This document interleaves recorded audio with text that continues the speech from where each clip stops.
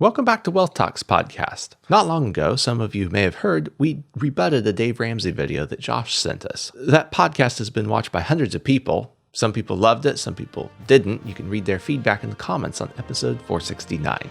But through it all, another one of you sent us another Dave Ramsey video, and we're going to respond to that video here today.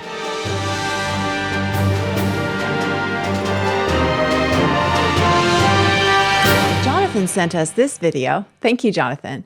You'll find the video in the description below. There's a lot to unpack in this video, so let's get going.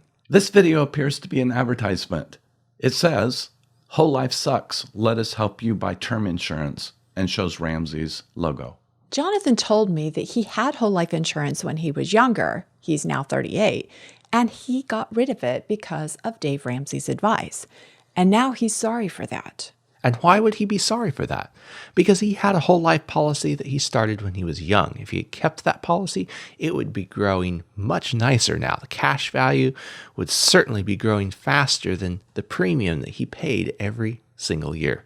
One of the reasons he had that policy was for life insurance protection that he wants for his family, but it's also an asset.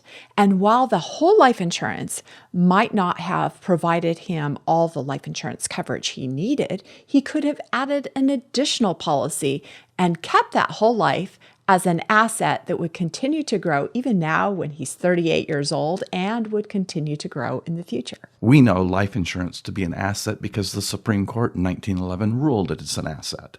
And so to compare an asset to investment is comparing an apple to an orange. And we can compare apples and apples. Like we can say, oh, a Granny Smith is tart and firm and a Macintosh is soft and sweeter. But when we go to compare apples and oranges, it's two different things. You could say, well, one is juicy, and you could say, well, one is hard. And both of those qualities are good in their own fruit, but you can't compare the two of them. That's right. We're not trying to say that life insurance is better than investment, but Dave Ramsey is saying an investment is better than life insurance. They're both necessary ingredients to be financially successful. Now, to Dave's credit, he's using good life insurance rates in this video.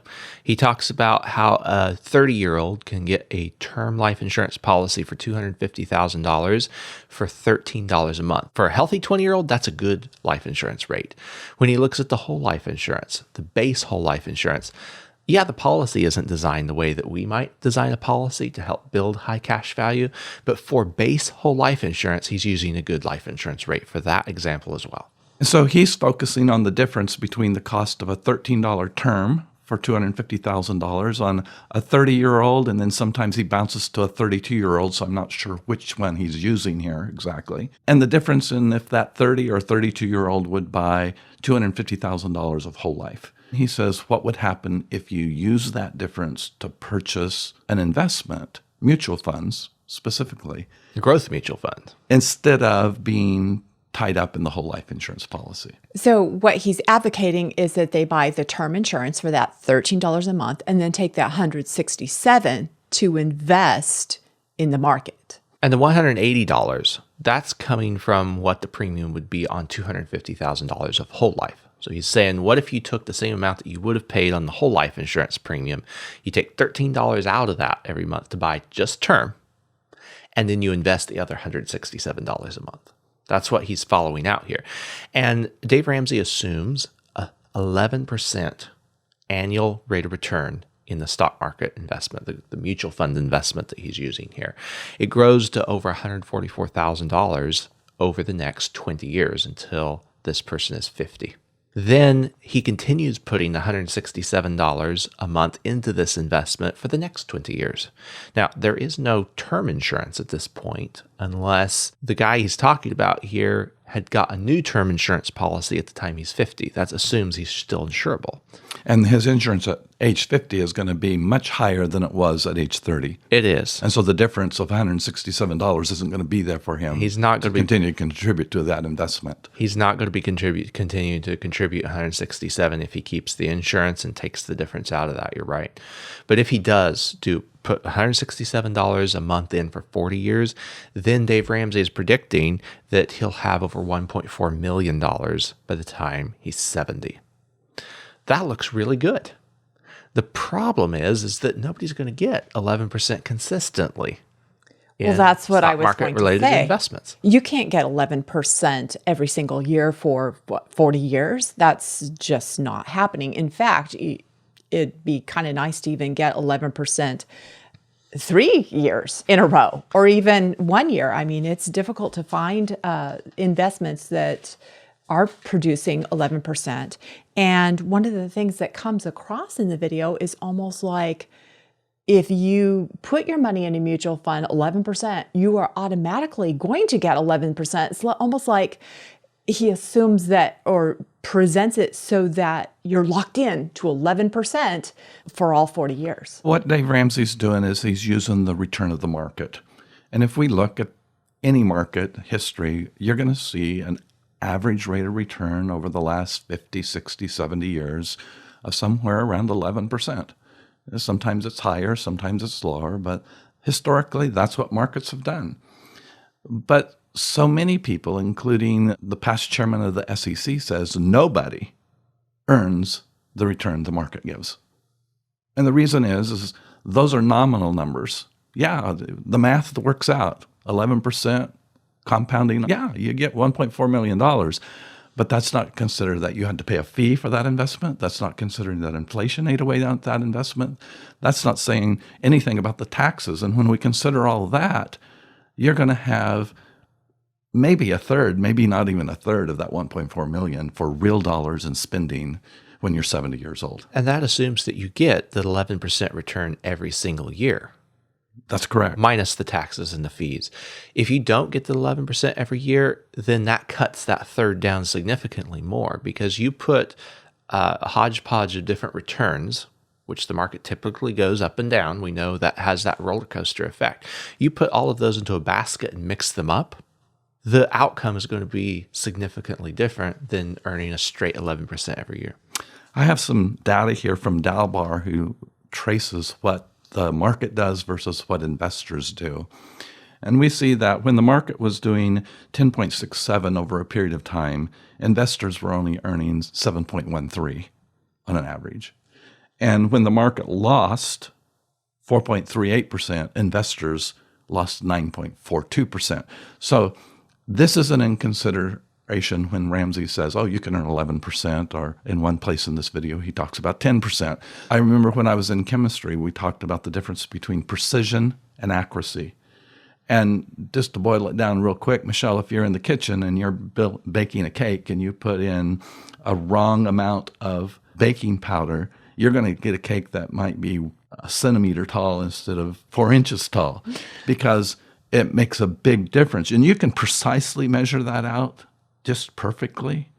You can look, and we can look at the history of the markets and precisely know what they are. So we cannot predict their accuracy in the future. So I'm just thinking, we had a kitchen example like this just last night. We were sitting around having dinner. Gracine had made great bread to go with our spaghetti, and we turned it into garlic bread, and we were enjoying it so much. And then she started chuckling. She said, I remember years ago when I went to make some bread and it called for 2 teaspoons of oil. Only she measured out 2 cups of oil. That dough was so yellow, and she couldn't even bake anything out of it. We thought, well, we don't want to just throw it away. So we fed it to the chickens. The only problem is they ate it. And now with all that fat, they didn't lay eggs. So that really turned into a catastrophe. So that's what you're talking about. You can be precise measuring out the 2 cups of oil, but if you're not doing the recipe accurately, you're going to have widely different results. So what Dave Ramsey's doing here is he's given us nominal facts. Anyone can do the math and come up with the same numbers that Dave Ramsey comes up with. But nobody can tell you what your actual real numbers are going to be in the future. Dave Ramsey does a service by telling people to live within their budget, to get out of credit card debt. And yet we have to understand when the claims that he makes goes beyond the bounds of reason. And I want to back up just a little bit ago, John, when you were talking about that term insurance, that after 20 years it would run out. And to renew that at the age of a 50-year-old would be much more than the $13 that they had been spending. And so there would be less to put into the investment. Well, with Dave Ramsey's figuring, he says nobody needs term insurance at age 50. That's a big assumption. That is a huge assumption, and it's not what we find in reality. It isn't. People contact us and they're in their 50s and 60s and they want life insurance to leave a legacy for their family. Not everybody. Occasionally you get the selfish people that say, I'm just in it for me. I've got enough to live out my life. But more often than not, people that are talking with us want that life insurance to leave a legacy. Sometimes it's more than just wanting it. Sometimes they need it by the amount of debt that they're carrying. A couple is coming to mind right now that in their late 50s, when I talked with them a few months ago, they still needed some term life insurance in order to make sure that they would have enough for retirement if one of them happened to pass. They needed to purchase that term life insurance because they didn't have whole life insurance. They needed to purchase the term life insurance just to make sure that they could get by. Whole life insurance is an asset. It cannot be compared to an investment. And Dave Ramsey advocates purchasing term insurance and investing the difference. After the break, we're going to talk about someone who actually did purchase term insurance and invest the difference. And we're going to share Belinda's story with you and how it turned out right after the break. Ken is a client of McPhee Insurance. In 2008, he lost about half of his investments. That was before he was a client, but he had been following conventional financial wisdom to a T. Many people don't put enough money away for their retirement, but Ken did put money away for his retirement. He says the most frustrating thing when 2008 came along, he had been putting money away for 35 years, and it hadn't grown to what he expected it should have. Then 2008 came along, and it took half of it away. He really felt like he was backpedaling instead of making progress the way he should. That's when Ken discovered using life insurance as a financial tool with the infinite banking concept. He says not only does it give him more stability with his finances, but it puts him back in control instead of giving control to somebody else. Many people find out about using life insurance as a financial tool during an economic downturn or a market crash. And while it's good they're getting the coverage they need, we really wish we could turn the clock back for these people so they could have the good life insurance in place before the economic downturn or the market crash. Because good life insurance helps you to keep more of the money that you make, grow your wealth, and have financial peace of mind even during turbulent economic times. To get the good life insurance you need, call McPhee Insurance at 702-660-7000. Call us sooner than later. Belinda contacted our office in 2011 right after reading the book Prescription for Wealth that had just come out. She said, I was a Primerica life insurance agent and they subscribed to buy term, invest the difference. I did it. I really did it. I bought term insurance and my husband and I, we went and invested in properties along the Gulf Coast. Now, in Belinda's story, I don't know if they planned to get 11% with the properties as discussed in Dave Ramsey's investment, but they intended to really turn a profit with these properties. They had multiple properties, and about the time they wanted to retire, Katrina hit. That was 2005. Then they got the properties cleaned up from Katrina just to have the BP oil spill happen. Belinda contacted us and was in tears because they wanted to sell off these properties and move back to where their family was for their retirement. But now they couldn't. And they didn't have life insurance. She told Tom, I wish I would have bought whole life insurance and built up my asset in the whole life insurance. So there we have a story of someone who bought term, invested the difference. It didn't turn out well. I remember Nathan Steinbach, one of my patients when I was a very new chiropractor, telling me, Tom, you need to buy whole life insurance. And I said, no, I'm going to buy term and invest the difference. And to this day, I wish I could tell Nathan you were right, because he told me, you're going to be sorry before you're 65. And at age 45, when I read Nelson Nash's book about the infinite banking concept, I realized what a terrible mistake I had made by not buying whole life insurance. We can make the numbers look good either way. Dave Ramsey makes the investment look really good by taking 11% earnings every year. He doesn't take into account fees and taxes or the volatility risk. We could take life insurance, good life insurance, designed for high cash value, we can make that look really good by comparing it to average investments. In fact, we did that in episode 469. You can go look at it. We made a very strong case for why you cannot depend on 11% in the markets every single year. There's no reason that we should settle for only the benefits that we can get through investing, or only the benefits that we can get through a good whole life insurance policy. It doesn't have to be a war between the two. Let's find the balance because they're each good in their own respective environments. That is so true. There is a place for investments, and there's a place for life insurance. Not all the reasons for buying life insurance can be put on a spreadsheet. Not all the reasons for investing can be put on a spreadsheet either. Dave Ramsey, as he's talking about this growth mutual fund, he doesn't give any reasons why all of somebody's investments should not be in this growth mutual fund. But there are reasons that they should not be. Volatility in the market, because the market's going up and down. Do you really want to ride that market roller coaster? Most people don't.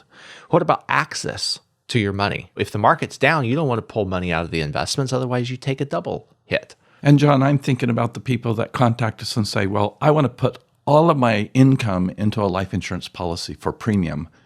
And I have to remind them, well, what are you going to pay the policy loans off with when you use that money to take care of your expenses and your asset purchases and your investments? There is a balance that has to be done between investing and whole life insurance. And we don't advocate that you put all your money in life insurance. That is imbalanced. But life insurance should be the foundational basis of everything else you do financially. And Michelle's has a great visual to help you understand why life insurance should be the foundation of everything you do financially. For those of you who are listening and can't see the screen, I've got the Fisher-Price donut stacker here where it's got the column with the different color rings that stack up. On the bottom ring, we have protection. That can be your life insurance. The next ring is savings. The next ring is debt. Then come investments. And at the top, the very high risk investments. This is the way your financial hierarchy should be set up. But many people do these backwards. They start with investments and high-risk investments. I would argue here that growth mutual funds might be closer to this type of high-risk, shiny object investment than they are to the typical foundational investments. Well, as the registered investment advisor, John, I'll take your word for it. A lot of times people will go into debt and then they start thinking about their savings and maybe even their protection. What happens with this is that when the market rocks, what do we lose? We lose the protection and the savings. Oftentimes they're still stuck with their debts and maybe they even have these investments that aren't performing well. That's such a good example, Michelle. And the reason that we advocate whole life insurance so much is that with $1, you can get the protection and the savings at the same time. These aren't separate entities in whole life. They work together because of the equity that builds in whole life insurance that does not build in term. That is unique to whole life insurance. Whole life insurance not only is the insurance protection, but it doubles as a savings tool. And you can access that savings then to go make an investment if you like. You can make investments throughout your life. You can self-finance purchases that you would have had to make, and you can repurpose it for retirement. I think that's the biggest thing that people that knock whole life insurance and the infinite banking concept won't talk about. But if you have the protection and the savings, you can turn your debt into an asset. And when you do that, you get back the money that you would have paid your creditors, plus a portion of the interest that would have gone to them as well. And this is something that Dave Ramsey never discusses because it goes contrary to what he talks about buying term and investing the difference. There are some points that we agree with Dave Ramsey about this video. One of the points I'm specifically thinking of is when he talks about the $250,000 of term insurance. That's not enough. Totally agree. For most families, that is not enough. So then he goes and he says, well, you could get $500,000 of term insurance for, I think it was $20 a month. You can also get term insurance in addition to the whole life insurance that you're getting and do a balance of those two. Very often, that's what people need starting out. You need a combination of term and whole life insurance. And then, when your term drops as it gets expensive as you get older, now you still have your whole life insurance. You haven't lost it all. You have an asset that you're still using that can still be repurposed for the future. I was just talking to Angie yesterday, and Angie is in a position financially that she can only afford term life insurance. And ironically, she can afford $250,000 of term life insurance for 20 years. After that, she will be out of coverage. And I asked her, do you want to have coverage after you turn 59 years old? She goes, well, yeah. And so we showed her how spending, around $300 a month right now, which she's capable of doing, will, when her term insurance runs out, she will have $250,000 of whole life insurance and never have to pay a premium for it again for the rest of her life. Now, she will have to pay higher premiums during those first 20 years in order to get the policy. But if we think about it, even in Dave Ramsey's example, saving just $167 a month, if you have to think about, yes, you might earn 11% or whatever it is in the market, if it may be a little bit less than that, but you have fees and taxes that are going to come out of that, you really need to be saving more than just $167 a month. So if you save that in a place where you can use it, a place that's going to build and provide the life insurance protection for you, now you win on both sides of that equation. Dave Ramsey advocates buying term and investing the difference. He used to be a licensed life insurance agent in the state of Tennessee, but his license is no longer active. He is a radio and television personality giving financial advice, but he is not a registered investment advisor. As we wrap up this episode, I want to comment on Dave Ramsey's demeanor. He talks about investing as if he is certain as to the outcome. Nobody can be certain about anything when it comes to investing. Maybe there is a more conservative number that you could reasonably expect, but as an investment advisor, if I made statements like Dave Ramsey makes, not only would it be misleading, it would be illegal. Jack Bogle is someone who I've admired tremendously over the years, and unfortunately he's passed now.